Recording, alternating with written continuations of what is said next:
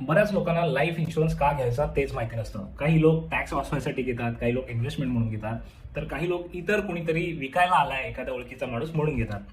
पण मित्रांनो, ही खरी कारणं नाही आहेत. Insurance is a very good product, excellent product. ते आपण प्रत्येकाने घेतलंच पाहिजे. पण ते का घ्यावं त्याच्याबद्दल गैरसमज आहेत. पहिली गोष्ट, इन्शुरन्स, लाईफ इन्शुरन्स हा तुमच्या इन्कमची रिप्लेसमेंट असतो. समजा दुर्दैवाने आपल्याला काही झालं तर त्यानंतर, आपल्या निधनानंतर आपल्या फॅमिलीला, जे आपल्यावर डिपेंडंट आहेत, त्यांना इन्कम मिळालं पाहिजे, म्हणून तो आपल्या इन्कमची रिप्लेसमेंट असते. दुसरी गोष्ट, ती एक गोल प्रोटेक्शन पण असते. आज समजा माझी मुलं 10 वर्षाची आहेत, 15 वर्षानंतर त्यांना बिझनेस करण्यासाठी, नोकरीसाठी, शिक्षणासाठी, लग्नासाठी पैसे लागणार आहेत, तर ते गोल आहे. जे गोल मी नसताना कोण पूर्ण करणार, त्याच्यासाठी मला इन्शुरन्स मदत करेल. हे झालं गोल प्रोटेक्शन. आणि तिसरी गोष्ट म्हणजे लायबिलिटीज. जर तुमचं कर्ज असेल आणि ते कर्ज तुम्ही गेल्यानंतर कोण फेडणार, तर त्याच्यासाठी प्रोटेक्शन म्हणून पण आपल्याला इन्शुरन्सच मदत करतं.